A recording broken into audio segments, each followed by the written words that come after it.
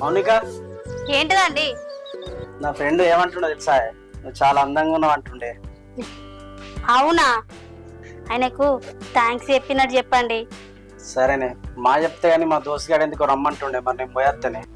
ఇగో పెళ్ళైనాక నుంచి నన్ను అస్సలు పట్టించుకుంటలేవు. ఏమని అంటేనేమో దోస్తులు దోస్తులు అనుకుని వాళ్ళేం బట్ట తిరుగుతున్నావు. ఇంతకు మీ దోస్తు గారిని పెళ్ళమా లేకపోతే నీ పెళ్ళానా? అయ్యో అదేం లేదే, నీకేమైనా కావాలంటే ఇప్పుడు రాగా తీసుకొస్తా.